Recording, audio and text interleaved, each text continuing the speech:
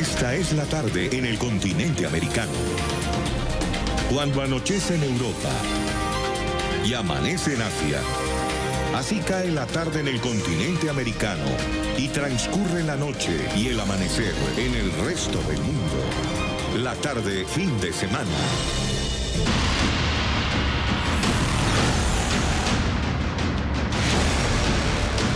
Comenzamos en Bolivia por la sorpresiva renuncia de Arturo Espinosa, jefe de la misión de la OEA, que audita las elecciones en ese país. La decisión del funcionario de origen mexicano se conoce luego de que el Tribunal Supremo Electoral aprobara el acta final de estas controvertidas elecciones que dieron como vencedor a Evo Morales. De manera sorpresiva, el enviado de la Organización de Estados Americanos para coordinar la auditoría sobre los resultados de las elecciones en Bolivia, Arturo Espinosa, informó que daba un paso al costado. En su cuenta de Twitter explicó su decisión. He decidido retirarme de la auditoría para no comprometer su imparcialidad. Debí informar a la OEA sobre manifestaciones públicas previas acerca del proceso electoral en Bolivia. En días recientes, el funcionario había publicado 2 columnas en las que cuestionaba la reelección y la ampliación de mandatos presidenciales.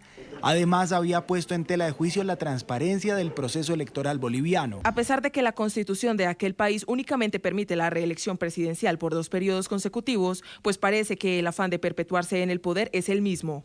En el texto, Espinosa argumenta cómo el presidente Evo Morales decidió desobedecer el mandato popular del referéndum de febrero de 2016, que lo habilitaba para competir por un 4º mandato. Evo Morales ha buscado hacer todos los vericuetos posibles para mantenerse en el cargo desde 2006. La noticia ocurre después de que el Tribunal Supremo Electoral oficializara el triunfo de Evo Morales en primera vuelta. La oposición, liderada por Carlos Mesa, quien quedó en segundo lugar en los comicios presidenciales, rechazó el informe de las autoridades electorales y aseguró que se trata de lo que ha calificado como la consolidación del fraude. La firma del Acta de Cómputo Nacional por el Tribunal Supremo Electoral demuestra que la voluntad de Evo Morales es consolidar su fraude electoral en Bolivia sin escuchar al pueblo. Es además una agresión a la buena fe de la comunidad internacional. Mientras en las calles de las principales ciudades del país continúa la convulsión social por el descontento de gran parte de la ciudadanía que desconoce la victoria en las urnas del líder indígena. En medio de la incertidumbre política está el dolor de familiares y amigos de los caídos en las protestas. Ayer dieron el último adiós en Santa Cruz a esas 2 personas que perdieron la vida en medio de las manifestaciones en rechazo a lo que ellos ciudadanos llaman fraude electoral. Santa Cruz en Bolivia estaba de luto el viernes, tras el fallecimiento de 2 opositores a balazos en enfrentamientos del miércoles mientras bloqueaban una calle en el poblado de Montero, a manera de protesta por la reelección del presidente Evo Morales. Y como decimos, tenemos 2 muertes y estamos con bronca. Los jóvenes son los que están poniendo el pecho. Un mensaje a los jóvenes: no nos dejemos, no se dejen, porque es el futuro de ellos que están en lucha y en juego. Desde que comenzaron las protestas al día siguiente de los comicios del 20 de octubre, se han registrado unos 140 heridos y 2 fallecidos, según la Defensoría del Pueblo. La oposición denuncia un fraude electoral a favor de Morales y se niega a avalar la auditoría iniciada el jueves por la Organización de Estados Americanos, por considerar que se trata de una maniobra de distracción para que el presidente obtenga un 4º mandato consecutivo. No nos respetaron el voto, no nos respetan nuestra... Entonces, y más encima vienen y nos matan a nuestros queridos amigos. Ese es nuestro sentir, esa es nuestra tristeza. Nuevas protestas comenzaron el viernes en diversas ciudades contra la polémica reelección, mientras miles de bolivianos se volcaban a los cementerios a preparar la festividad tradicional del Día de los Difuntos, que se celebra el sábado cuando llevan comida, bebida y música a los panteones, porque se cree que las almas de los muertos visitan a los vivos.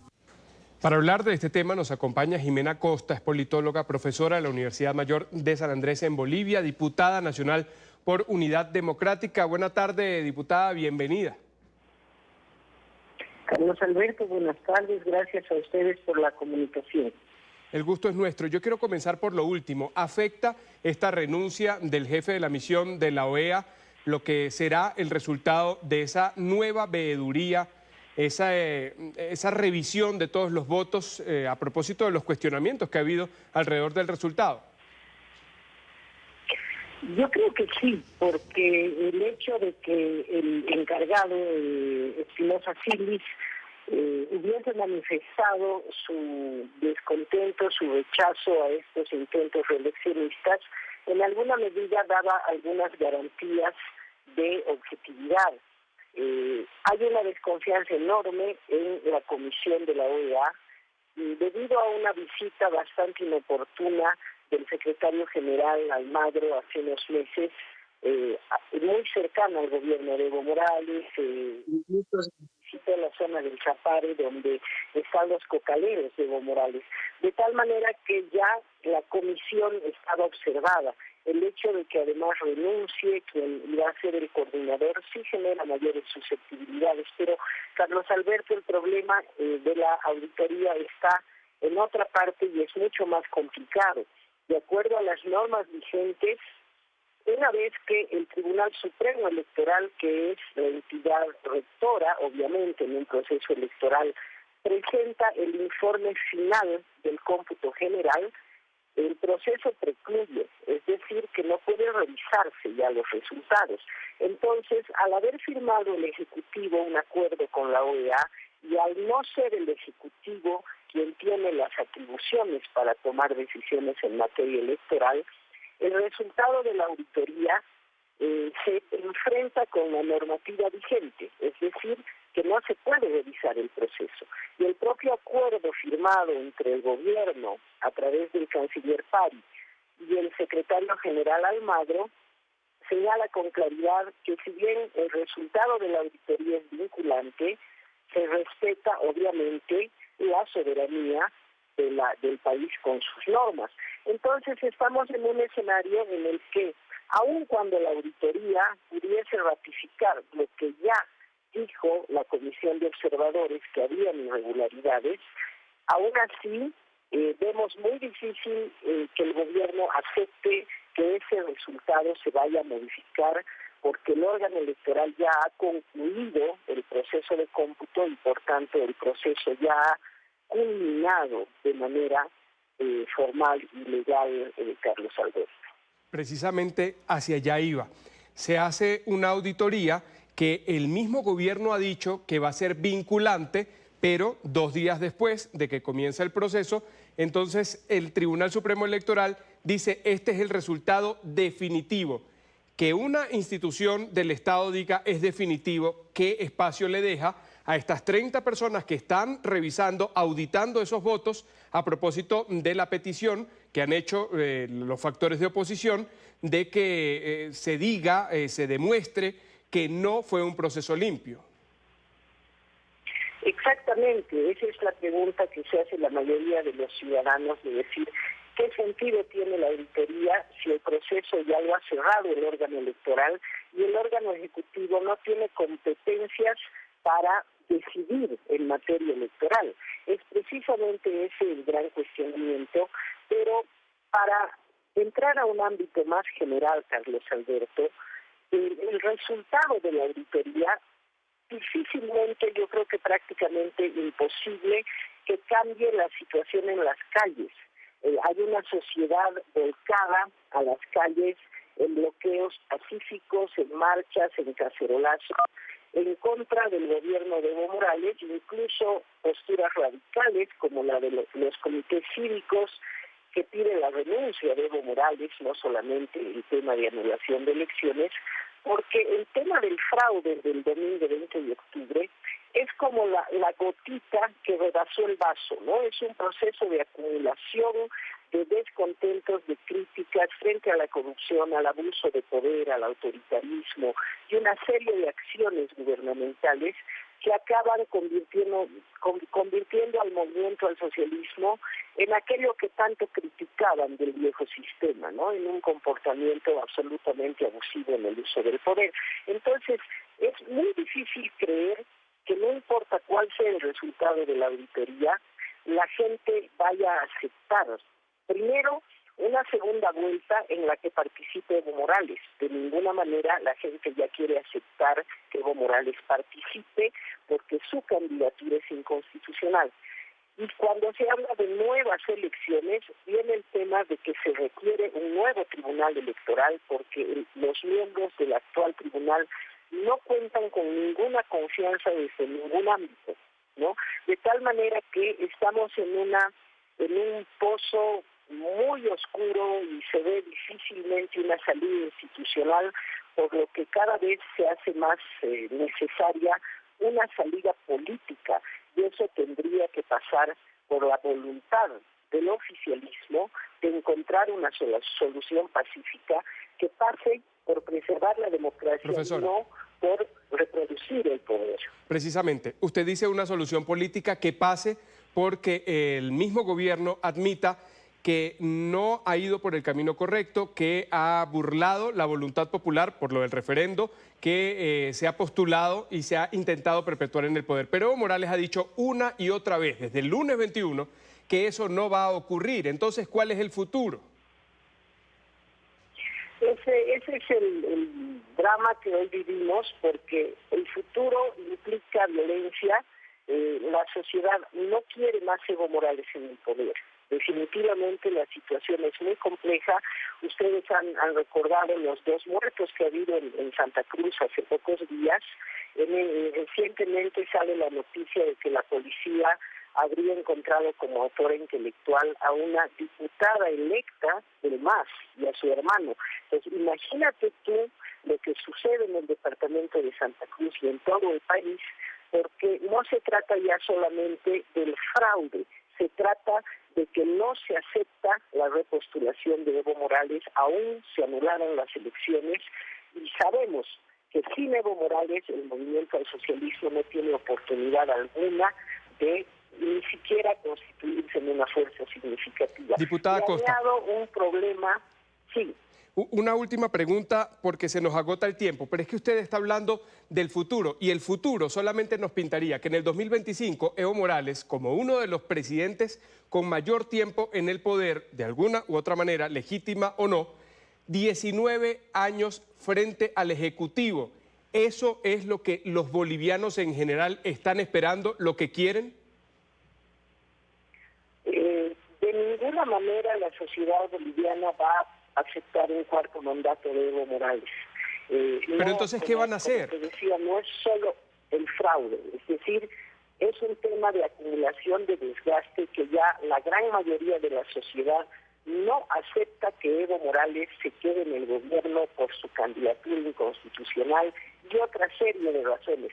Entonces, la única salida institucional posible que pacifique al país son nuevas elecciones.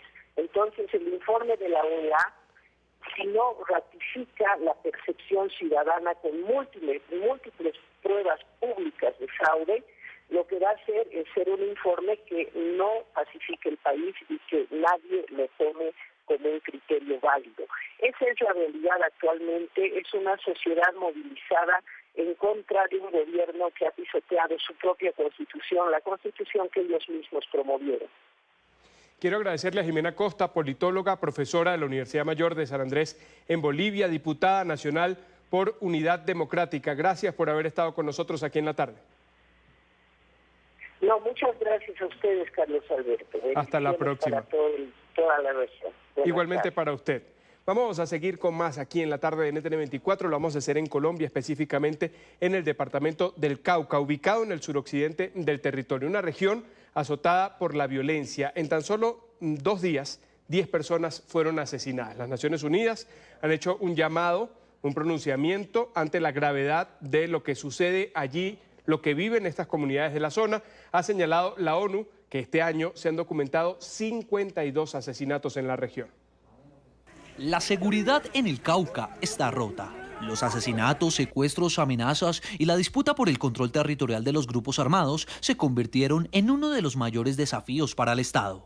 Que están tratando de intimidar a la comunidad porque trabajan al servicio de carteles, inclusive de carteles mexicanos. Una de las medidas más recientes adoptadas por el gobierno es el anuncio de una fuerza de despliegue rápido con 2.500 hombres de la fuerza pública. Su objetivo, cerrar las rutas del narcotráfico y combatir a las disidencias de las FARC. Sin embargo, para las comunidades indígenas, militarizar la región no es la solución. Las comunidades están esperando, por ejemplo, que lleguen los planes de sustitución de los cultivos de uso ilícito, que llegue la reforma rural integral. El consejero para la Seguridad Nacional, Rafael Guarín, reconoció que existen dificultades entre el gobierno y la comunidad indígena para trabajar de manera coordinada. En estos resguardos indígenas lamentablemente ha habido una resistencia a que la fuerza pública ingrese en esos territorios y ejerza el control militar del área y el control de la policía que corresponde. Ante la compleja situación, cada día cobra más fuerza la propuesta de la Defensoría del Pueblo de instalar carpas blancas en la zona. Para expertos, el combustible de la violencia en la región es la lucha que libran las diferentes organizaciones criminales que delinquen en esta región por el control de los cultivos y rutas del narcotráfico. Lo que hemos visto es que, por un lado, se han triplicado los cultivos de coca en los territorios colectivos, pero por otro lado, el incremento de asesinatos a líderes indígenas va en la misma proporción y en la misma regla de 3 va creciendo en la medida que crecen los cultivos de coca. Según la ONU, de las 169.000 hectáreas detectadas en todo el país en 2018, 62.446 hectáreas están sembradas en la región del Pacífico colombiano, región de la que hace parte el Cauca. Incluso el Tambo está en el top 10 de los municipios que sumaron el 44% del total de cultivos ilícitos en el país en el 2018.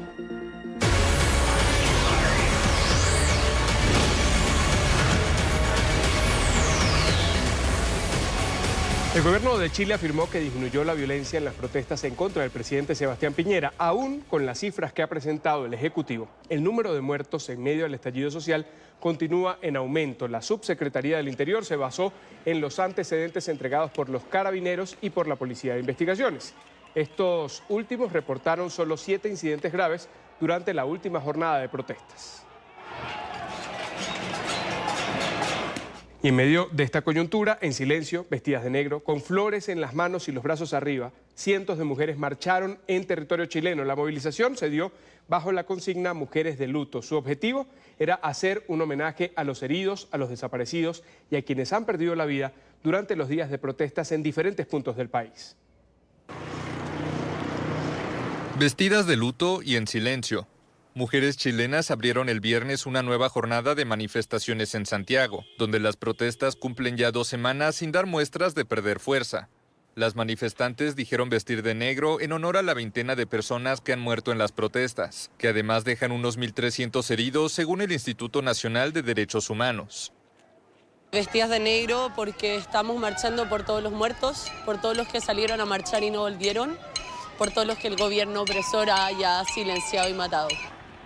Más temprano, la policía dispersó con gases lacrimógenos y agua a presión a estudiantes que se manifestaron frente al Palacio Presidencial de la Moneda. La marcha coincidió además con el Día de los Difuntos, conmemorado en gran parte de los países de América Latina.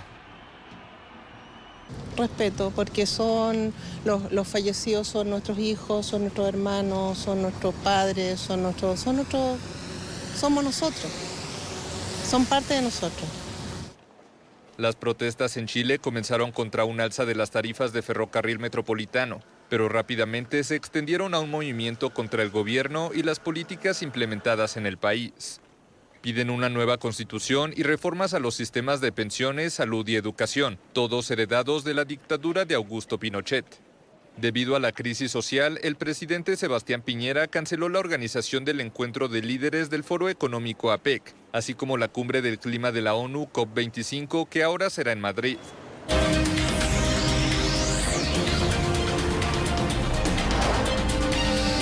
La tarde, fin de semana. 4:19 en Bogotá, Quito y Lima. Luego de haber gobernado el país durante 12 años, el kirchnerismo regresa al poder.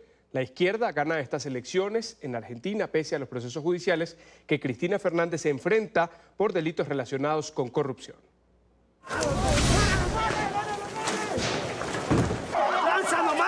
Antecedió un Ecuador convulsionado por protestas contra el decreto del gobierno de Lenín Moreno que eliminaba subsidios a combustibles y que luego fue derogado. Antecedió un estallido social en Chile contra el gobierno de Sebastián Piñera que aún no cesa. Un agitado ambiente, al parecer, oportuno para el régimen chavista venezolano. No sabemos ser hipócritas. Claro que nos alegra que haya una brisa bolivariana dándole la vuelta a toda América. Un escenario al que se sumaron las protestas contra la cuestionada reelección de Evo Morales en Bolivia para un 4º periodo de gobierno.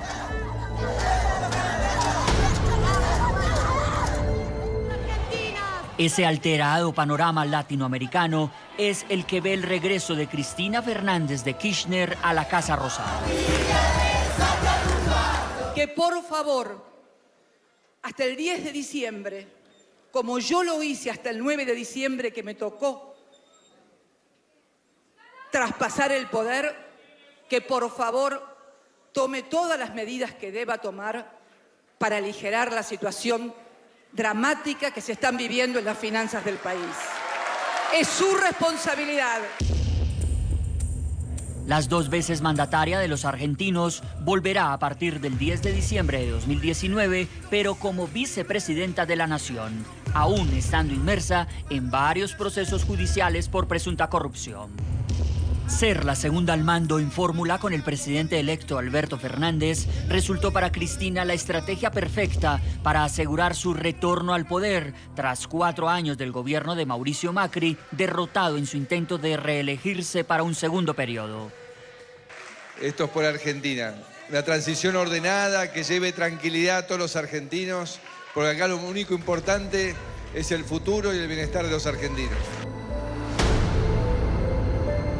La fórmula Fernández y Fernández-Kirchner venció al actual mandatario en las urnas el pasado domingo 27 de octubre.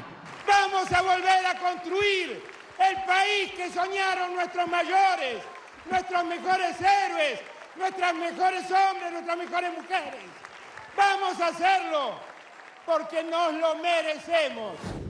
La denominada Alianza Peronista Frente de Todos logró imponerse en primera vuelta con el 48,10% de los votos frente al 40,37% que obtuvo la alianza de Macri Juntos por el Cambio. ¡Nunca más!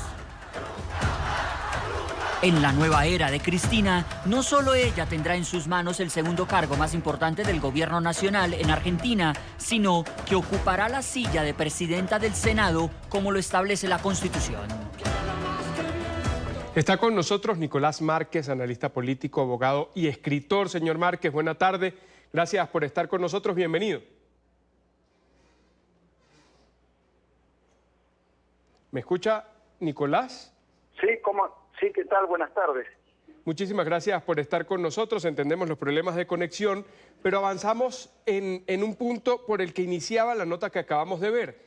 Los precedentes realmente lo fueron, realmente influyeron. La situación en Chile pudo afectar la elección en favor de Alberto Fernández, o en detrimento, mejor dicho, de Mauricio Macri. También la situación en Ecuador. La elección una semana antes dicha, aunque cuestionada, por Evo Morales. Todo esto pudo ser ingrediente para que el kirchnerismo, el peronismo, la izquierda, Cristina, volvieran al poder.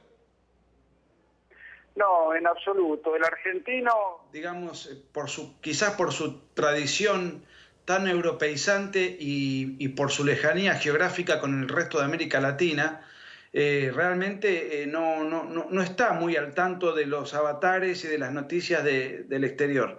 Obviamente esto habla mal de las inquietudes del argentino promedio, pero la realidad es que lo que le hizo perder a Macri las elecciones no tiene ninguna interferencia en lo que ha sucedido en el exterior, sino fundamentalmente su mala administración económica. Macri ha hecho un pésimo gobierno. Digamos, hay que reconocer que fue un gobierno más republicano, más institucionalista y mucho menos corrupto que el gobierno de Cristina Kirchner y de su marido. Pero fundamentalmente lo que no supo es encontrarle la vuelta en materia económica. Él heredó una economía estatista, deficitaria, inflacionaria, y nada de todo eso lo mejoró, no hizo reforma de fondo. Finalmente el kirchnerismo vuelve como consecuencia de que Cristina Kirchner tuvo la habilidad de dar un paso al costado, poner a un candidato más moderado, porque ella no hubiese podido ganar las elecciones si se presentaba, como consecuencia del gran rechazo social, porque la gente todavía se acuerda. Pero al poner un candidato moderado y ella salirse de la campaña, logró muy buenos réditos electorales, y ahora tenemos que lamentar el regreso de esta banda de gángsters otra vez al poder, y es una verdadera pesadilla. Pero la gente ha votado, nadie ha cuestionado las elecciones en cuanto a la pureza del comicio, y ahora, el 10 de diciembre, la fórmula Fernández-Fernández va a tomar posesión del cargo. Nicolás, antes de entrar en lo que es el ahora y lo que será el futuro, o podría ser el futuro, entre tres planteamientos, ¿perdió Macri, ganó Cristina o ganó Alberto Fernández? ¿Con cuál te quedarías? Perdió Macri. Porque si el gobierno de Macri hubiese sido mediocre, no digo bueno, mediocre, el kirchnerismo no volvía nunca más. La gente estaba harta del kirchnerismo.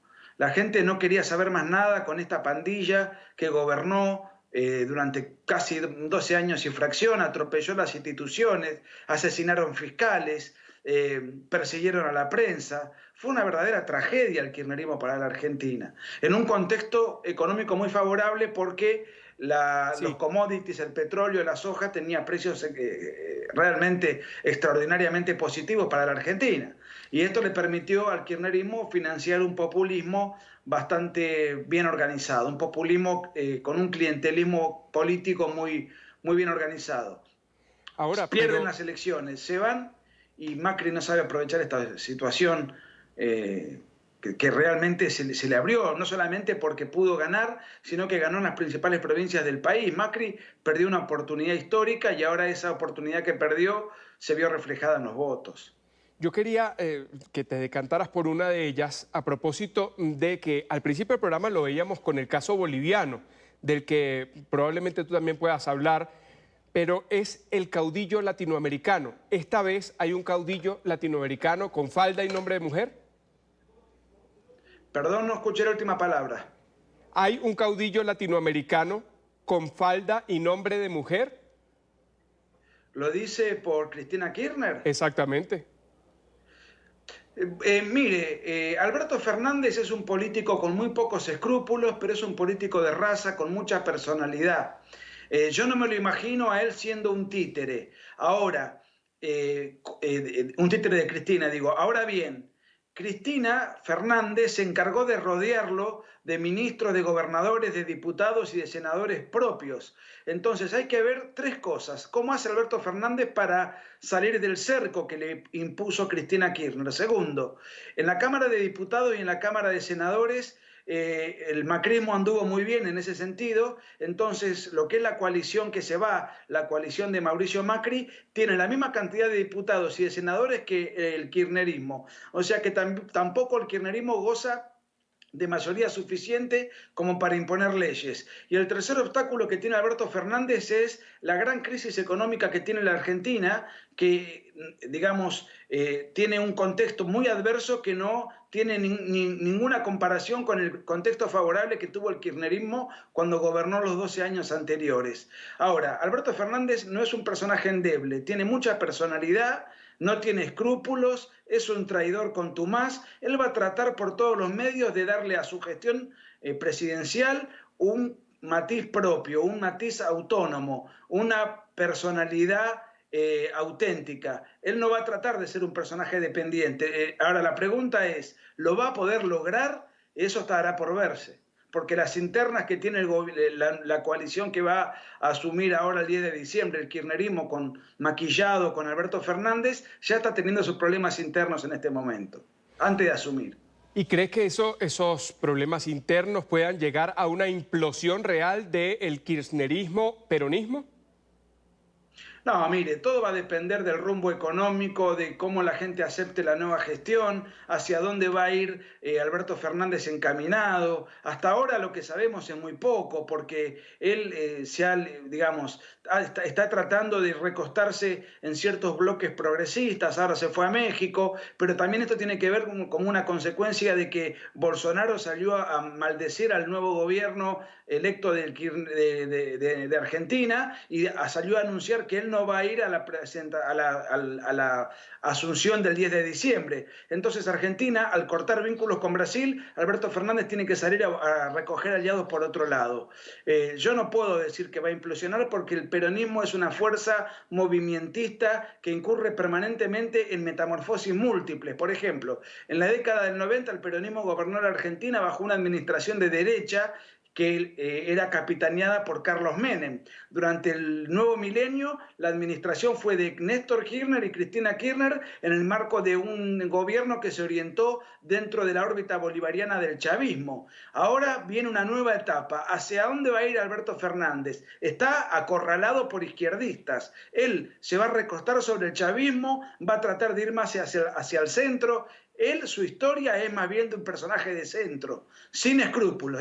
Descartemos el plano moral, que en este sentido Alberto Fernández hace caso omiso, pero no es un personaje que uno pueda sindicar que está recostado sobre el castrochavismo. Hay que ver si él puede gobernar hacia el centro o si está tan condicionado que no le va a quedar más remedio que repetir la versión del kirchnerismo, en este caso con la pantalla de él como personaje manejable, como marioneta. Si usted dice que no estará bajo la sombra de ninguno y pues a la vista este primer viaje de él como presidente electo a México, buscando a alguien también un tanto moderado, quizá esperando también lo que suceda en Uruguay, ¿cómo se podría mover esa política exterior de Alberto Fernández si no va orientada a alinearse con el madurismo en Venezuela?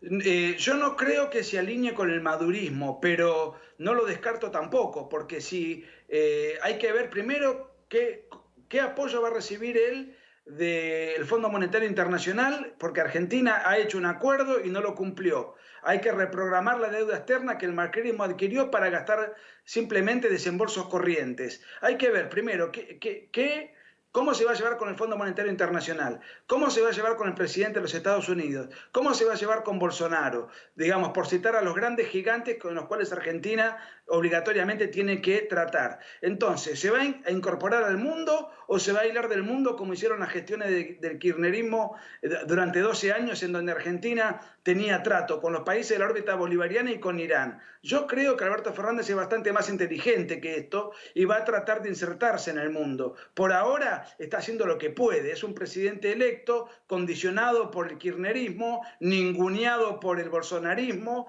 tratando de ver qué papel va a asumir en la región. Lo que pasa que es un momento de incertidumbre para la región, porque en un primer momento se veía que la región iba del centro hacia la derecha, cuando gana Piñera, cuando gana Macri, Bolsonaro en Brasil y determinados mandatarios que, bueno, el propio Iván Duque, que ahora acaba de perder. Entonces, esa primavera derechista que tenía la región duró muy poco tiempo. Entonces, América Latina va de vuelta hacia la izquierda después de 2 o 3 años de tendencia hacia el centro y a la derecha, o esto es sencillamente, una suerte de traspié circunstancial que tiene la derecha, pero América Latina va a volver por la senda de la libre empresa, del libre mercado y el lineamiento con Estados Unidos. Nicolás. Bueno, hasta ahora hay un momento de incertidumbre política, entonces yo creo que también el propio Alberto Fernández está tratando de esperar que se reacomode un poco el mapa regional para saber hacia dónde ir. Y mientras tanto, por ejemplo, el Grupo de Lima, las votaciones en la OEA, ¿hacia dónde irían orientadas, particularmente en el caso venezolano, para el Grupo de Lima? Mire, Alberto Fernández todavía no dijo quién va a ser su canciller. Entonces, todavía no tenemos un perfil ideológico acerca de la política exterior. Él simplemente dijo que va a tener un gabinete de emergencia, nombró a algunas personas como que adelantó que van a ser ministros de él, pero todavía no dijo mi política exterior va a ir para este lado y mi canciller es este señor. Entonces, estamos en un contexto de incertidumbre. Yo creo que él mismo debe estar en un contexto de incertidumbre, porque no sé hasta qué punto él tiene en claro cuál margen de maniobra va a tener y cómo va a quedar el mapa de la región después de los comicios. Ahora ganó la izquierda, o por lo menos le fue muy bien en Colombia, ganó en México, el dictador boliviano va por el 4º mandato, Nicolás Maduro no terminó de caer durante su gestión, hay que ver lo que pasa en Uruguay. El gobierno de Sebastián Piñera tambalea. Evidentemente la izquierda ha logrado mantenerse a pesar de sus fracasos político-económicos. Desde el punto de vista electoral está obteniendo un repunte. ¿Qué va a hacer Alberto Fernández? Bueno, todavía no asumió. Entonces, hacer futurismo en un contexto de tanta incertidumbre sería un poco aventurado de mi parte. Entonces, comprometidos, Nicolás, para hablar luego del 10 de diciembre. y saber qué es lo que comienza a dibujarse cuando él nombre su gabinete, cuando se empiecen a definir algunas políticas, entre ellas la política exterior, que va a tener mucha influencia en cuanto a inclinar la balanza a un lado o al otro, dependiendo de dónde y cuándo se lleven a cabo votaciones. Yo estoy a su disposición. Muchísimas gracias, Nicolás Márquez, analista político, abogado, escritor. Gracias por haber estado con nosotros. Esta semana el Congreso de Estados Unidos dio un paso más en el proceso de juicio político en contra del presidente Donald Trump. La Cámara de Representantes de mayoría demócrata ha aprobado la resolución que formaliza las reglas de este proceso en contra del republicano con fines de destitución. La medida permite que las audiencias, que hasta ahora eran a puerta cerrada, sean públicas. Trump es acusado de utilizar el poder de la presidencia de la Unión Americana para presionar al presidente de Ucrania y que éste investigara al eventual rival político de Trump en las elecciones del 2020, el demócrata Joe Biden, y también a su hijo. Vamos a saludar en Nueva York a Robert Palencia, analista político. Gracias por estar con nosotros, Robert, aquí en la tarde de NTN 24. A ustedes, muchísimas gracias por la invitación, un placer estar acá. Comenzamos por esto, que es lo más reciente, la aprobación de las reglas, de las normas, por cómo se va a regir este proceso con el que los demócratas intentarán sacar del poder a Donald Trump. ¿Son reglas claras? ¿Son reglas justas? ¿Es un proceso limpio el que se llevaría adelante? Bueno, obviamente, después de lo que ocurrió con Watergate, el Congreso decidió agregar unas cláusulas en las cuales se especifica pues la traición, el abuso del poder y obviamente, pues como está estipulado en la Constitución, pues pedir que un agente o un ente extranjero intervenga en las decisiones políticas. Y lo que vimos, por ejemplo, es eso, es la acusación de que Donald Trump ha presionado al presidente de Ucrania para que investigue o encuentre algún tipo de algún tipo de información que comprometa a Joe Biden para influenciar las elecciones del 2020. Así que por eso es que esto ha encendido las alarmas. Y yo creo que un detalle importante aquí es que Nancy Pelosi, que es la líder de la mayoría en la Cámara Baja, no quería llevar un proceso de destitución, como ella lo ha mencionado muchísimas veces. Pero a la luz de toda la información que ha salido desde el mes de septiembre, en adición a los 18 testimonios que se han brindado, pues a Nancy Pelosi no le quedó más remedio que llevar este tipo de proceso que, ojo, hay que hacer esa aclaración, es un proceso, no es un señalamiento, no se está culpando al presidente, simplemente se está abriendo un proceso el cual se está tratando de hacer de forma transparente y abierta, por lo cual en los próximos días, cuando ya se haga un proceso más, vamos a decirlo, más profundo, pues este va a ser televisado, algo que no se había visto anteriormente aparentemente. Así que simplemente se están llevando a cabo pues las reglas básicas del juego y hay que ver si la Cámara Baja decide o vota por un vamos a decirlo, por un juicio político que ya, bueno, eso ya incurriría en otro proceso, en otros pasos más adelante que involucraría al Senado. Constitucional, legal, pero yo te pregunto, Robert, ¿pertinente? Bueno, es pertinente. Yo creo que el presidente Trump lo que ha hecho y lo que hemos visto todos es que a medida que van pasando los meses, su comportamiento pues se va deteriorando. Es un presidente que simplemente pues en su ignorancia, por decirlo así, en su ignorancia política, pues cree que puede manejar la oficina de la Casa Blanca a su antojo y obviamente pues esto ha prendido las alarmas en Washington. Obviamente, pues el presidente sigue siendo una figura de cierta manera popular dentro de los republicanos, dentro de la base más radical. No en vano, pues el presidente ha recaudado cerca de $100 millones para su campaña de reelección. Así que, pues ahí existe esa disyuntiva, pero indudablemente hay personas, el grueso de la población está de acuerdo en que se lleve un proceso de impeachment pero todo está dentro de las reglas. Obviamente, pues los republicanos están apoyando al presidente porque, pues, como lo menciono, este prácticamente es el partido de Donald Trump. Donald Trump ha manejado los hilos del Partido Republicano a su antojo, al grado de que muy pocos republicanos le han llevado a la contraria. Y un ejemplo clarísimo es el hecho de que casi ningún republicano, si mal no estoy, yo creo que por ahí unos 2 republicanos en la Cámara Baja votaron a favor de una moción de censura, pero los republicanos están detrás de la figura de Donald Trump.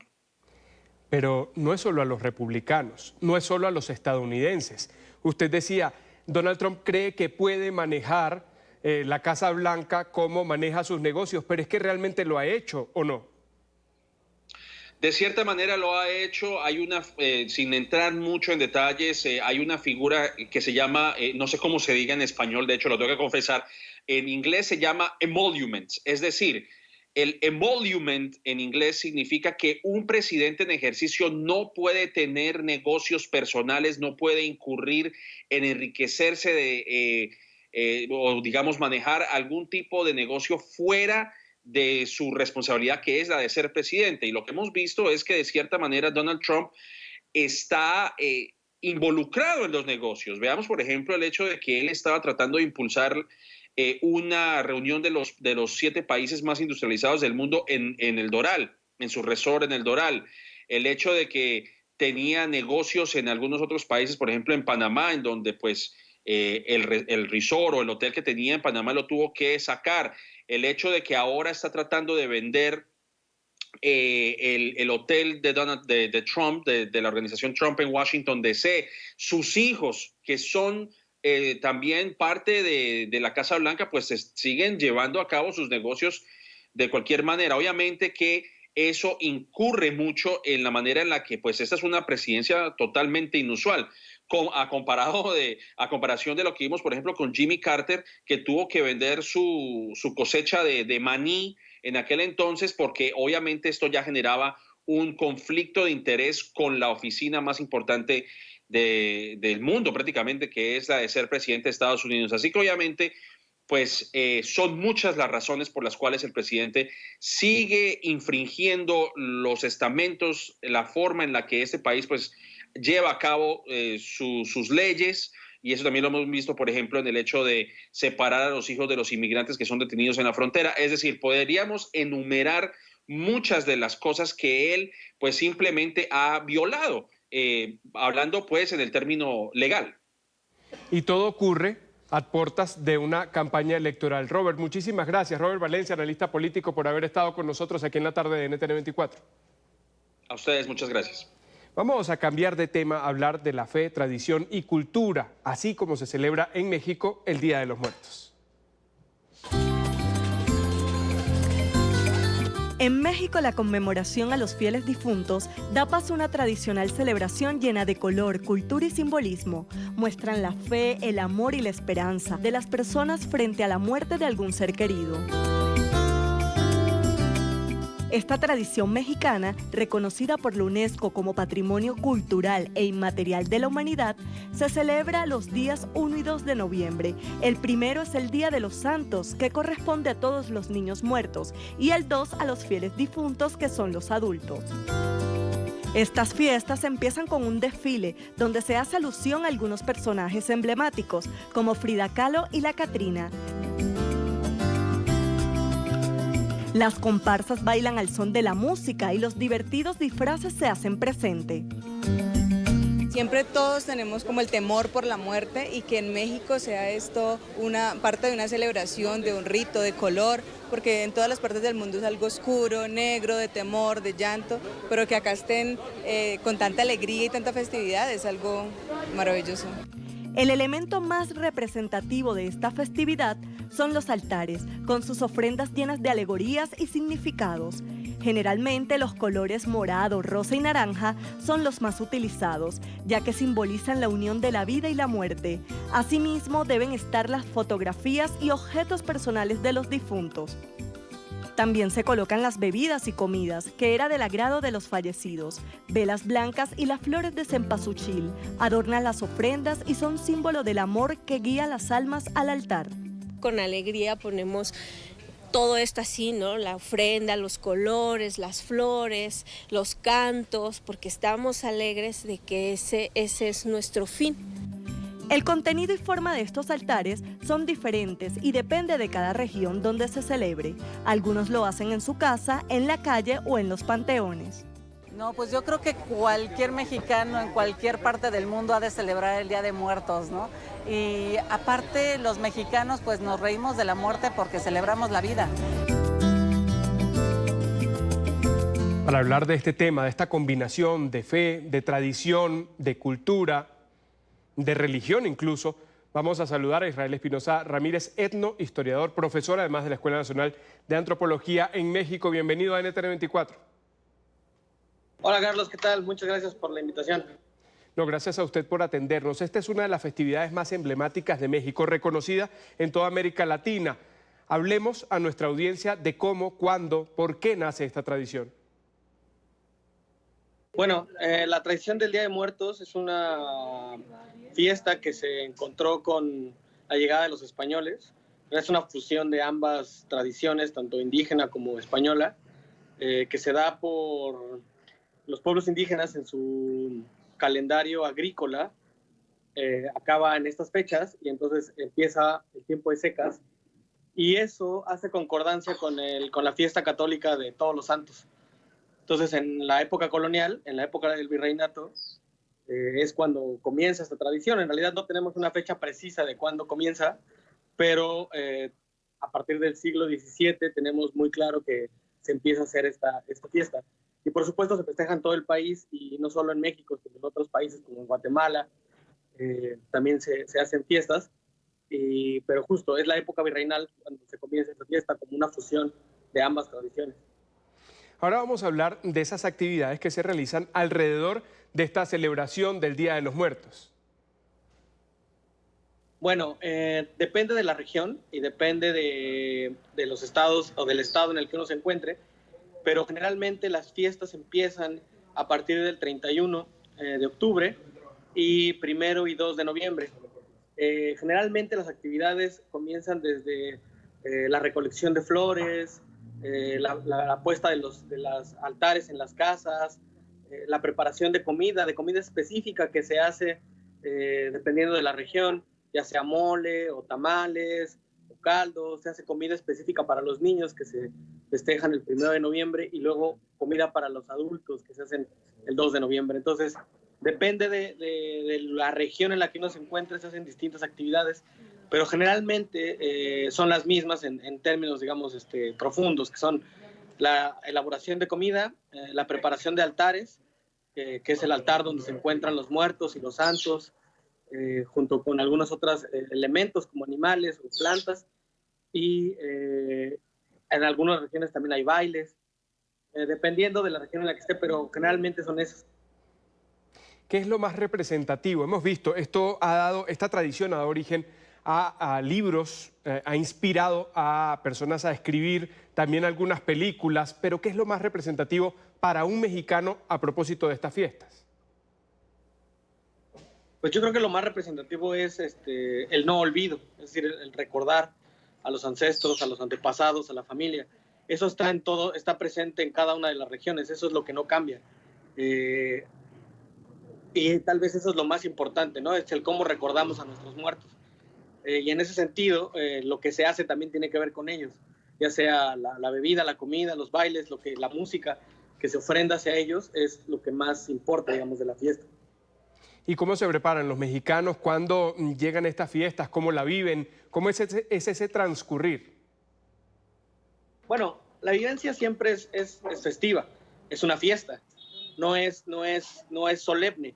Es solemne en algunos momentos porque pues, se les llora, también se hacen algunas, digamos, ofrendas que algunas veces no son, digamos, tan festivas, pero en general el entorno de la fiesta es eso, es festiva. Y nos preparamos siempre haciendo comida o comprando bebidas alcohólicas, ¿no? Para que también se ofrendan y que también se toman con los vivos. Se hacen bailes, generalmente, ¿no? Y se comparte con toda la familia, ¿no? Digamos, es solemne en el sentido de recordar, pero al mismo tiempo es festivo porque las personas que ya no están con nosotros vienen a visitarnos. Entonces, siempre es, digamos, esta fiesta siempre es un momento en el que toda la familia se junta a recordar anécdotas, no sé, a comer lo que más le gustaba al pariente fallecido, a los ancestros, a los abuelos. Y en ese sentido, digamos, todo el país se detiene por algunos días para recordar a todas esas personas, ¿no? Entonces, digamos, es una fiesta, es una de las fiestas más importantes del país, ¿no? Además de las fiestas que todo el mundo festeja, como Navidad o las fiestas patrias, ¿no? En septiembre. Entonces, es como una de las fiestas más importantes de nuestro país. Recordar con alegría, recordar y darle esa importancia a quien la merece y a quien se fue antes. Ahora, ¿por qué es tan valiosa esta fiesta para los mexicanos, para apropiarse de ella, por ejemplo? Bueno, creo que porque ha empatado mucho, en los últimos años ha empatado muy bien con la tradición de Halloween. Es decir, la tradición de Halloween y la tradición de Día de Muertos en México se ha fusionado también. Entonces, ha encontrado una forma en la que no es que hayamos sustituido Día de Muertos por Halloween, sino se han complementado. Entonces, muchas personas festejan Halloween y festejan muertos, o indistintamente festejan ambos.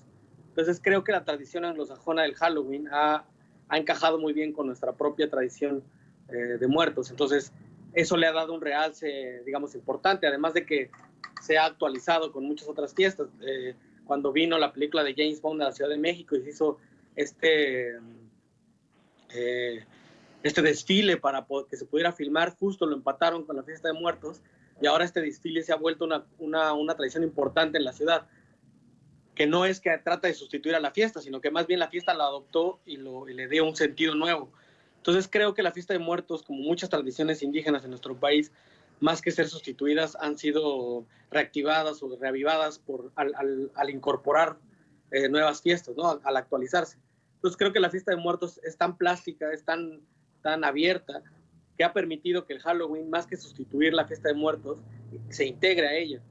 Y bueno, y además, por supuesto, con una actualización también de lo que en términos de imagen proyecta, como las Catrinas, ¿no? Como esta imagen de la Catrina que se ha proyectado a nivel mundial como una imagen de la fiesta de muertos, pero también de la muestra de la fiesta de Halloween. Entonces, me parece que en ese sentido, la fiesta ya era importante y ha sido importante para nuestros pueblos indígenas desde hace muchos siglos, desde hace 4 o 5 siglos, pero ahora ha tenido una nueva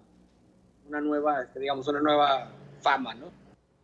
Adaptándose también a lo novedoso, a la actualidad. Muchísimas gracias, Israel Espinosa Ramírez, etnohistoriador, profesor de la Escuela Nacional de Antropología de México, que nos ha hecho esta radiografía para enseñar al resto de Latinoamérica la pasión de los mexicanos alrededor del Día de Muertos. Gracias por haber estado con nosotros. Muchas gracias a ti, Carlos. Saludos. Vamos de nuevo a la pausa para comerciales. Al regreso compartimos con ustedes el caso del niño venezolano Josué Alejandro, 9 años, sobreviviente de cáncer. Debe mantener una fístula transesofágica para poder alimentarse. Su madre, desesperada, espera que pronto pueda ser operado. La crisis en Venezuela le pone eso cuesta arriba. Venimos con esto y más. Gracias por seguir con nosotros. 6 de la tarde, 8 minutos en Caracas. En territorio venezolano, la esperanza de los niños con enfermedades oncológicas se desvanece. Al menos 40 de ellos no reciben sus tratamientos en el Hospital Luis Racetti, ese que fue referencia en toda Latinoamérica, debido a que el único equipo de quimioterapia que tienen se dañó. Las autoridades del hospital no le dicen a los padres cuál es una solución posible. Se limitan simplemente a sugerirles que lleven a los niños a otro lugar. Es triste. Aquí donde estoy, no sé qué va a pasar con mi hija. Le pido a Dios Todopoderoso que meta su mano, ¿qué te puedo decir? O sea, ya no sé ya ni qué hacer.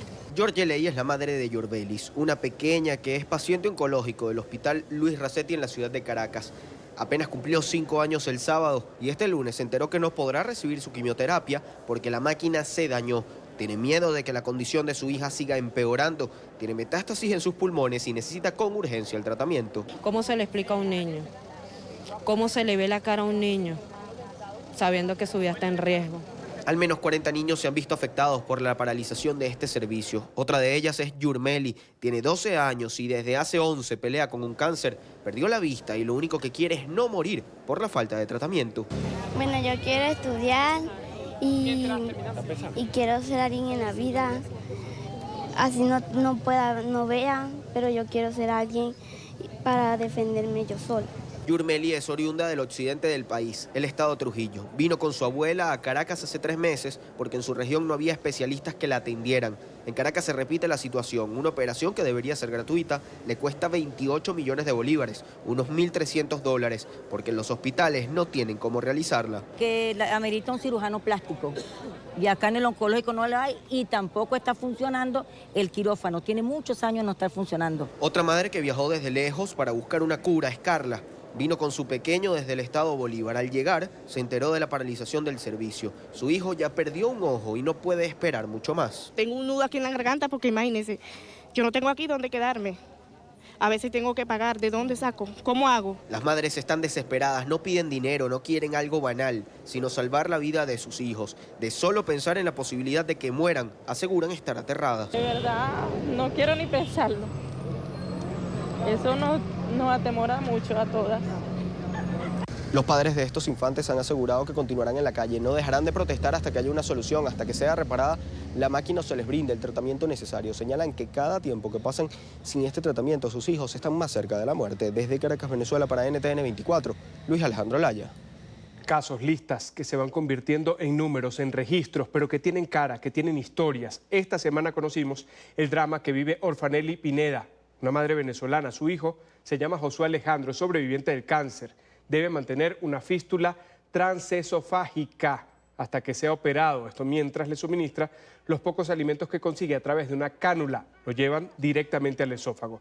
Ni el hospital ni ella tienen cómo alimentarlo correctamente. Josué Alejandro tiene 9 años y solo pesa 13 kilos. Ese es el peso ideal para un niño de 2 años, de 3 como máximo. Su madre teme que su hijo pase a esa temida lista de fallecidos a causa de la crisis, aquellos que mueren esperando una solución.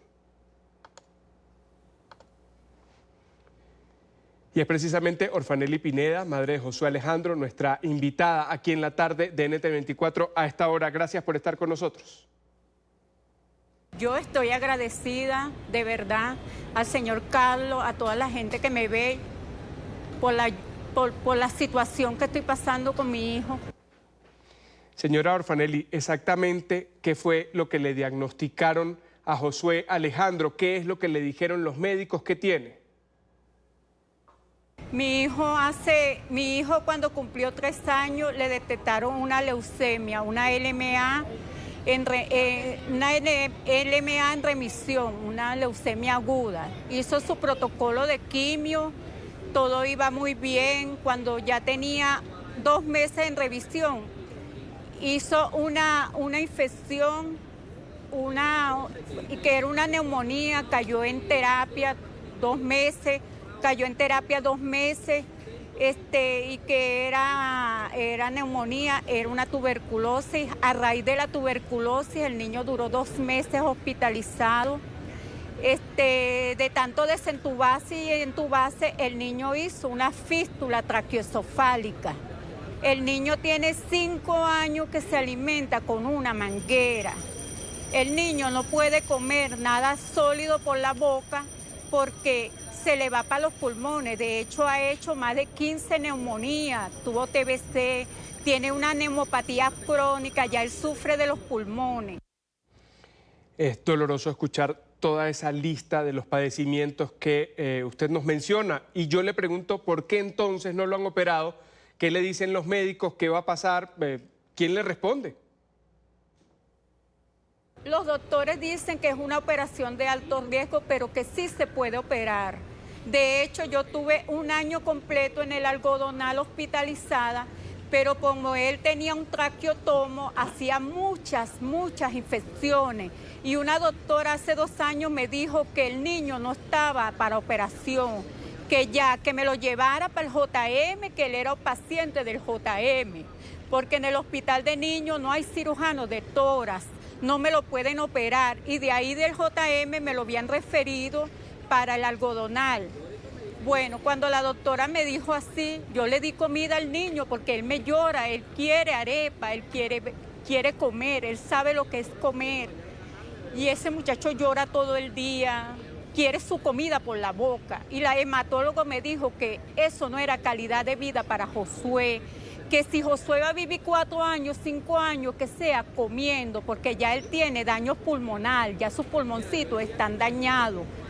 Yo lo único que pido, señor Carlos, mire, que se apiaden de mi hijo, no de mí, de mi hijo. De mi hijo, porque mi hijo es el que sufre. Yo salgo todos los días a las 4 de la mañana a buscar medicamentos, a buscar alimentos para el niño. Yo en vez de tengo que darle agua de ayama, tengo que darle 2 veces caraota a la semana al niño porque no tengo cómo costear. Está bien, el gobierno nos da el famoso bono de 75, pero ¿qué me alcanza un bono de 75 si un medicamento me vale 100 y pico? Dígame tú cómo. Dígame. Yo lo que quería preguntarle a propósito de ese tema de la alimentación es si los médicos le recomiendan una dieta especial, si el niño debe consumir específicamente algunos alimentos. La doctora siempre me regaña que tiene que comer proteínas, que tiene que comer pescado. ¿Qué proteína le doy? En vez de por ahí me regalan una pata de ganado y tiene mucha grasa, le da diarrea. La gente me ayuda, a mí el gobierno, si me ayuda el gobierno con 2 cajas que me dan por el niño discapacitado, me dan 2 cajas cada 4 meses. Hace 15 días llegó otra colaboración para los niños discapacitados. 1 kilo de leche, 3 pastas y un arroz. Con eso ya me solucionan ellos el problema. Yo duré ahorita 4 meses hospitalizada en el Domingo Luciani, yo estoy de permiso, porque el niño me lo iban a operar, entonces toda la semana era que no había quirófano, que se dañó, no hay agua, la terapia intensiva, porque el niño necesita una terapia intensiva. Allá en el Domingo Luciani se iba el agua hasta 4 veces al día. El niño ya me estaba presentando tos y como vi que no me lo estaban operando, le dije a la doctora que me diera permiso. Cuando me lo llevo para la casa, el niño presenta fiebre, una infección respiratoria. Ahorita anda con una infección respiratoria. Y de hecho no me lo iban a operar porque ya volvieron a suspender las operaciones en el Domingo Luciani. Yo lo único que pido, señor, es que me ayuden. Yo no quiero aparecer la semana que viene, que ya mi hijo se me murió, porque ya él no aguanta tantas neumonías, sus pulmones ya no aguantan tanta neumonía. Ya la neumo me lo ha dicho, Josué no aguanta tanta neumonía. Él tiene un reflujo gástrico. Lo que él come se le sube para los huecos y se le va para los pulmones. Situación y ese diagnóstico, hablemos ahora de los medicamentos que el niño debe tomar para poder mantenerse. ¿Los está recibiendo en este momento? Mire, yo con los medicamentos me paro a las 4. Sí, voy para Fundapatria, ¿cómo no? Sí voy de madrugada y me llevo al niño para que se apiaden de mí. Me dan 2 azithromicina de 200 miligramos para todo un mes y 2 azithromicinas se me van en una semana porque el niño toma 4 cc diario, 4 cc diario. Pero bueno, hay gente muy buena. La doctora Rivero del JM, siempre hay una fundación que se llama Patronato y les donan medicamentos. Ella me da el récipe, el martes ella me dio un récipe, yo busqué 3 azithromicina en Patronato y 2 por la farmacia del hospital. Todos los medicamentos que llegan al hospital que la doctora mete, ella me da los medicamentos para Josué. El Airón nunca lo consigo, el Airón, gracias al Señor, fui para Caritas de Venezuela, Pantímano, llorando, me dieron 3 cajitas de Airón para 30 días. Así me la paso yo, así es el día a día con mi hijo, yo no como. Precisamente hacia allí iba. A esa situación que usted vive, a su día a día, al llevar al niño a estos lugares, como usted dice, para que se apiaden de usted. ¿Cómo lo soporta? ¿Cómo lo tolera? ¿Cómo lo lleva adelante? Bueno, nosotros nos paramos a las 4, es un niño muy lindo, mire, que vámonos para la calle, él se para contento y se va conmigo. Él se va y hacemos la cola y vamos, bueno, un día para mí productivo son 4 o 5 acitramicina, 2 antialérgicos, 2 alimentos para el niño. Yo llego a las 2 de la tarde, yo ahí en el bolso le cargo su perolito de sopa. Y yo donde puedo me paro y le meto la sopa al niño. Y así yo, cuando no estoy en las consultas del hospital, estoy buscando medicamentos para el niño. Un niño que la acompaña, un niño que le brinda esas ganas de seguir adelante, que tiene 9 años, que ignora muchas cosas que tienen que ver con la crisis que se vive en Venezuela, con la situación política, institucional y demás, pero que sabe que se para a las 4 de la mañana con un tapabocas, que busca medicamentos, que muchas veces le trancan la puerta en la cara. ¿El qué dice frente a esto? Comer, él llora mucho, llora, no quiere comida por la manguera, dice que por la manguera no, que arepa, que 2 arepas, que pollito, que pan. Él llora mucho y para mí es muy duro, no poder darle comida a mi hijo, que mi hijo no coma, no tenga esa calidad de vida. Yo sé que bueno, Dios mío, por algo lo tengo aquí, porque es un sobreviviente del cáncer, ha tenido tantas cosas mi hijo y aquí está, yo lo amo. Y quiero que me ayuden con la operación de Josué, que alguien se apiade. Al gobierno no le pido nada, porque yo he ido a Miraflores a pelear y a llorar, y de nada ha servido, de nada. Quizás aferrarse a la fe y a esa sonrisa que él le brinda cada día. ¿Y es eso lo que la inspira? ¿Cómo hace usted para no desmayar frente a esta situación? Mire, me ha entrado la depresión. Me dan ganas de llorar, me siento impotente. Digo, ¿por qué yo? ¿Por qué a mí, Dios mío? ¿Por qué tengo que pasar esto? Porque yo no pensé que el mundo del cáncer existía, que era tan cruel. Aquí los niños en Venezuela no tienen prioridad, de verdad. No ha sido, yo he visto tantos niños morir y su mamá padecer.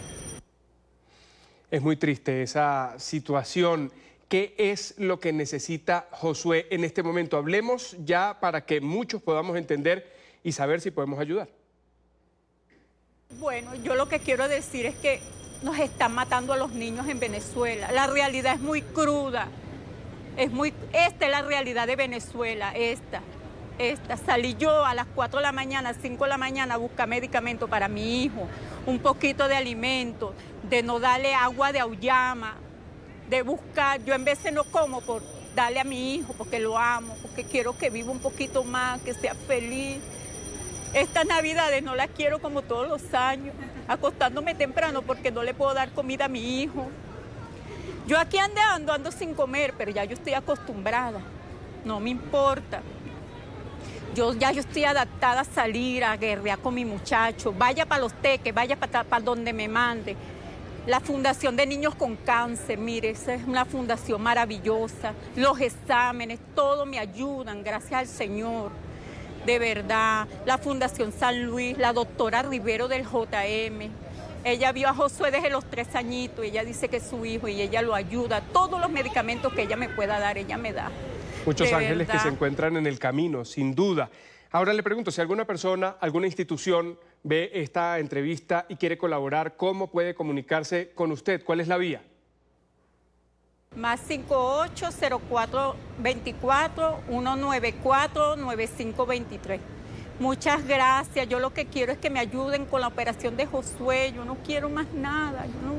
Yo veo cómo hago. Yo lo que quiero es que me ayuden, que me diga alguien, el presidente Duque, que me ayude, de por Dios. No esperen que pase algo peor con mi hijo. Yo lo que quiero es la operación de mi niño, que tenga calidad de vida. Que si va a vivir 3 años, 4 años, que sea feliz, que él coma. Eso es lo que yo quiero, la operación de mi hijo. Ya el lunes me voy a internar en el Llanito. ¿Para qué? 5 meses más en el Llanito esperando la operación del niño. Y si el niño no aguanta 5 meses más, de todas maneras, muchas gracias por todo, de verdad. Aquí estamos, en la lucha. Y aquí estamos nosotros para hacer escuchar este llamado, este clamor que hace Orfanelli Pineda. Es la madre de Josué Alejandro, 9 años, pesa 13 kilos. Es sobreviviente del cáncer, necesita una operación y nosotros deseamos para él una pronta recuperación. Gracias por haber estado con nosotros. Igualmente, de verdad, muchas gracias, la colaboración, lo que sea. Muchas gracias, muchas gracias.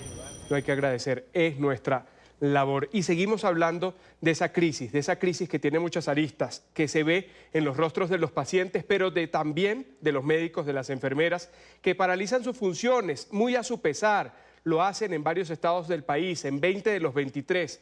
Siguen exigiendo mejores condiciones laborales. Están del lado de los pacientes, pero también piden por sus reivindicaciones. El gremio de la salud ha informado que va a atender solamente las emergencias, las áreas más críticas de urgencias como salas de parto y la terapia intensiva. 8 meses sin ascensor, y ese ascensor y aquí se resuelve. Se nos han caído pacientes y alguna de ellas se le muere ese paciente, nos llevan presa. Pero ¿quién es el responsable? El presidente de la República, que debe hacer todas las medidas necesarias. Me siento capacitada, como muchos de mis compañeros, pero no es el deber ser porque no estamos dando una atención de buena calidad. No más exterminio de este país. Todas las luchas, una sola lucha. Toda la lucha, una sola lucha. Ana Rosario Contreras es presidenta del Colegio de Enfermeras de Caracas, está con nosotros. Este rostro que ven allí seguramente lo han visto en muchas noticias que se replican en el continente sobre lo que sucede en Venezuela, porque ha levantado su voz. Bienvenida. Muy buenas tardes, Carlos, y un saludo muy especial a esta gran audiencia de NTN 24 en este programa La Tarde de Venezuela. Gracias por estar con nosotros. 390.000 bolívares es la moneda local, aproximadamente $15. Ese es el salario de una enfermera en Venezuela. ¿Para qué alcanzan $15 en Venezuela ahora mismo? Fíjate, esa es una de las causas que ha generado que el gremio de enfermería venezolano vuelva nuevamente a las calles, tal como lo hicimos en el año 2018. Y este año tenemos una causa muchísimo más profunda, porque como tú muy bien lo has acertado, ese salario no nos permite, no es un salario de subsistencia. Hoy los trabajadores de Venezuela, y muy especialmente el gremio que yo represento, se encuentran en una extrema pobreza. Porque ¿para qué nos alcanza cuando hoy la cesta básica en Venezuela está rondando los $300, $400 y nosotros nos tenemos que enfrentar en un mes a $15, que es lo que nos existe, con un aproximado de 0,50 centavos de dólar mensual, diario? Y esto nos coloca en un extremo de pobreza, tal cual como lo define la ONU cuando dice que un trabajador que devenga menos de $2 diarios se encuentra en extrema pobreza. Hoy los venezolanos, los trabajadores, muy especialmente los que laboramos en el sector salud, nos encontramos con esta grave situación que hoy ya no es una emergencia sanitaria. Hoy los venezolanos están en una catástrofe porque no tenemos cómo alimentar a nuestros hijos a pesar de que cumplimos día a día laborando en unos hospitales totalmente colapsados, donde el desabastecimiento ronda el 90%, donde nuestros hospitales no tienen agua, no tienen luz. Hay regiones como el estado Zulia en Venezuela, donde el agua viene cada 15 días durante 4 horas, donde la mayor parte del tiempo son hospitales que no tienen luz, producto de la grave situación energética en servicios públicos que está afrontando este estado emblemático de Venezuela. Ahora hablemos de la dotación, de los medicamentos, de los insumos que necesitan. ¿Cómo hacen para atender a los pacientes? Mira, ahora es casi imposible. Hoy tengo que decir que para que sea atendido en Venezuela un ciudadano venezolano que le asiste el derecho contemplado en nuestra Carta Magna que establece que el Estado debe garantizar el derecho a la salud, tiene que llevar todo. Y esto lo tiene que llevar todo porque hoy, repito, la situación es bastante comprometida, no tenemos insumos, no tenemos soluciones para desinfectar las unidades clínicas.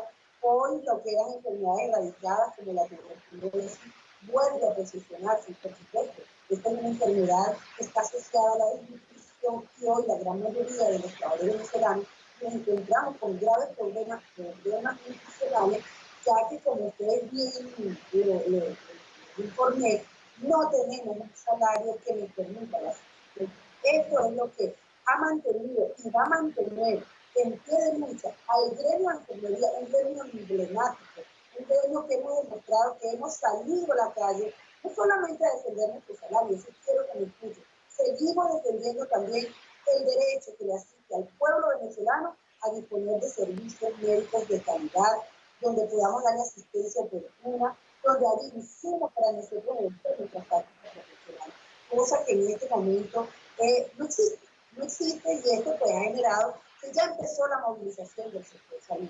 Ya estamos organizados el día 30 de octubre, el gremio de enfermería, a través de los colegios de profesionales de la enfermería, a una paralización por 24 horas de los servicios, y eso obtiene una resonancia de que más del 90% de los profesionales de la enfermería se paralizaron, cansados del hambre, en los cuales nos tienen que, nuestros no podemos satisfacer las necesidades básicas, repito, debido a esta desalarización.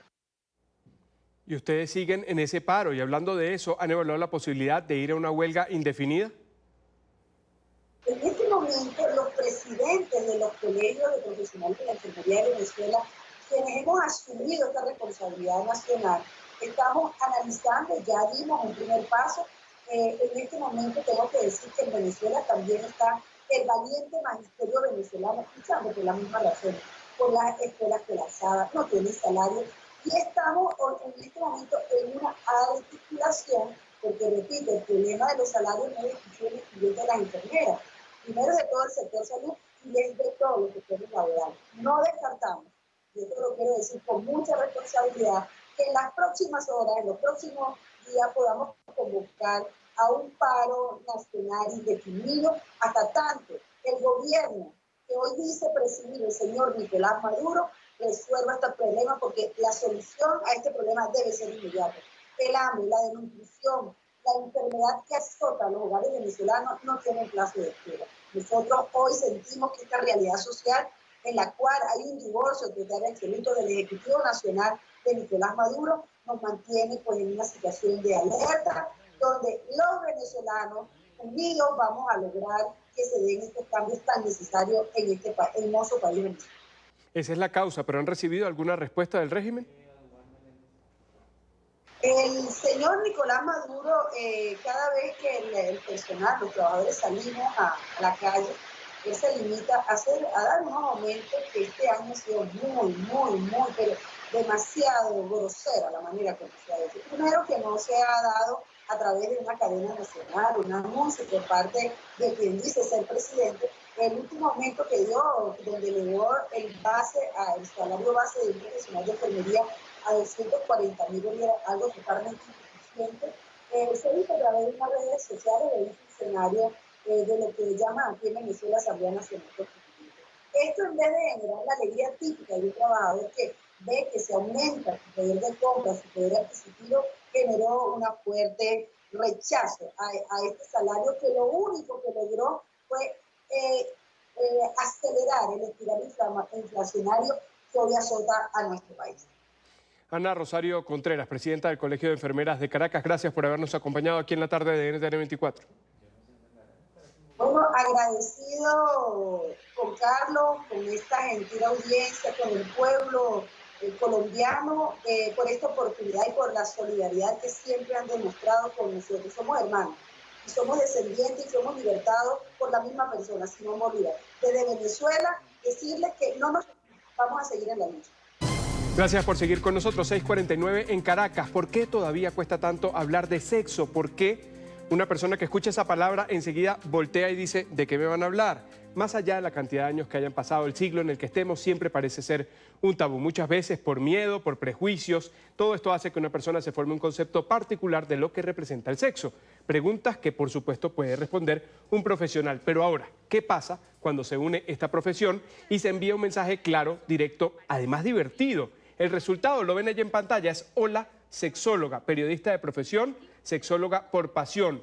Es venezolana, se llama Jenny Márquez, tiene más de 130.000 seguidores en Instagram, se ha convertido en cerca de 4 años en una referencia en esta materia en Venezuela y además en buena parte de Latinoamérica. Precisamente es nuestra invitada a esta hora.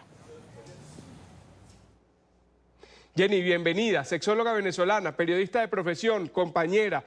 Bienvenida, muchas gracias por estar con nosotros. Carlos, qué gusto saludarte desde Caracas, por supuesto que sí, con mucho afecto y muchísimas gracias por este contacto, muy contenta y emocionada. Contentos nosotros porque vamos a hablar de un tema que yo te pregunto, ¿sigue siendo un tabú para muchos de los que no ven ahora? Sí, cómo no, muchísimo, muchísimo. Sigue siendo tabú, sigue siendo así como tú lo decías, hablar de sexo. Así, todavía sigue siendo este concepto muy, como hablándolo muy por debajito. Pareciera que nuestra sociedad mundial y latinoamericana está muy abierta al sexo y a estos temas por lo que vemos en las redes sociales, en los medios de comunicación, pero aún intramuro, en la familia, al sentarte a hablar con tus hijos adolescentes, al abordarlo con tu pareja, todavía hay mucho camino por recorrer con respecto a este tema. Y bueno, afortunadamente, pues digamos, se está haciendo el trabajo de concientizar, de educar, de llevar información que permita cada día más que la gente tenga herramientas y las pueda aplicar en su día a día sin tanto miedo y sin tanto tabú, porque verdaderamente el tabú es miedo, es como desconocimiento real de a qué me voy a enfrentar y ante no saber, prefiero evitar, no hablo, no digo nada, no afronto esta situación con respecto a diversos ámbitos sexuales. Y quienes rompen esta barrera del miedo y llegan a tu consultorio, ¿qué te preguntan? Y además, ¿quiénes consultan, hombres o mujeres? Mira, fíjate que hay una idea errada de que creen que mi consulta está llena de mujeres y no es 100% así. La verdad es que cada día estamos más equilibrados y hay algunas épocas en las que tengo más hombres que mujeres. Y eso a mí me parece valiosísimo, ¿ok? Porque en épocas anteriores los hombres eran muy poco dados a esa idea de buscar ayuda, buscar asesoría, dejarse aconsejar, por decirlo de alguna manera, buscar herramientas nuevas. Entonces ahora pues ese tabú ha ido disminuyendo y dicen, bueno, mira, sí, hay este tema que no sé cómo abordarlo, voy a buscar ayuda y me escriben y de verdad hacemos un trabajo de acompañamiento bien chévere con respecto a sus temas diversos que en el caso de los hombres que consultan usualmente es bajo deseo sexual, eyaculación precoz es uno de los temas que más consultan, así como problemas de comunicación en la relación de pareja y en el caso de las mujeres las consultas más frecuentes son también disminución del deseo sexual, ¿ok? Por los diversos problemas que todos afrontamos en el mundo actual, exceso de trabajo, exceso de horario de trabajo, los niñitos, la rutina, etcétera. Y bueno, también problemas de autoestima, son muchas de las cosas que consultan en mi terapia.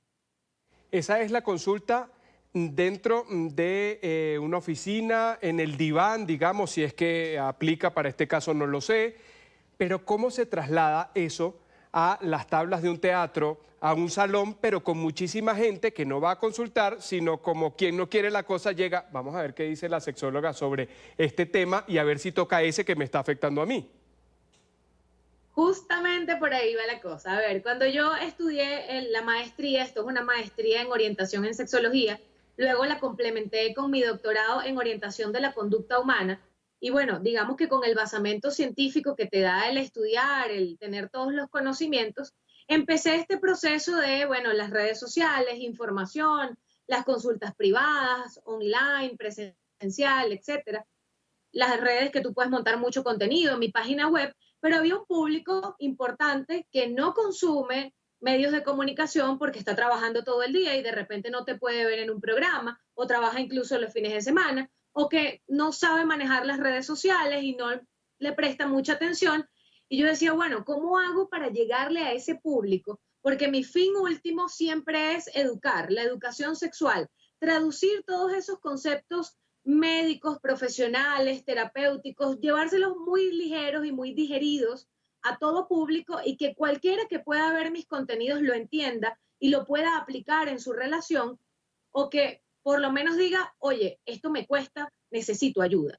Entonces yo dije, bueno, nada, mis alumnos siempre me decían, profe, de la Universidad Católica Santa Rosa, profe, aquí en Venezuela, usted debería hacer un stand-up, porque claro, yo daba clases a las 6 de la tarde, vienen de todo el día trabajando, yo tenía que ponerlos pilas, hacerlos reír y activarse para que de verdad me prestaran atención. Hasta que esa idea fue como mejor manejándose en mi mente y dije, bueno, ¿por qué no montarme un stand-up comedy con el basamento científico, con la información, pero que dé risa, que la gente se divierta, que vayan a pasar un rato chévere en el teatro bar o donde sea que yo lo presente, pero que a la vez, al salir del monólogo, digan, hey, esto como que yo lo tengo que revisar. O como me han dicho muchas parejas, ay Jenny, después que vi tu monólogo, me di cuenta que no estoy tan mal en mi relación. Bueno, chéverísimo. Entonces, más o menos esa fue la idea de saltar de la sexóloga en el diván, como tú dices, a la sexóloga en las tablas, y bueno, todos los roles los disfruto muchísimo.